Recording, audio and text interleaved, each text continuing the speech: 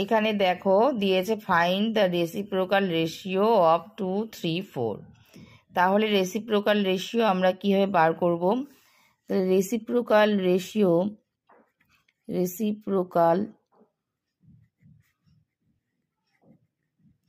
Ratio সমান সমান of 2:3:4 is equal to 1:2:1/3:1/4।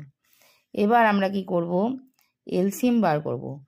LCM of 2, 3 and 4 is equal to আমরা কি জানি 12। অতএব কি করব এবার? তাহলে 1/2 into 12 is to 1/3 into 12 is to 1/4 into 12।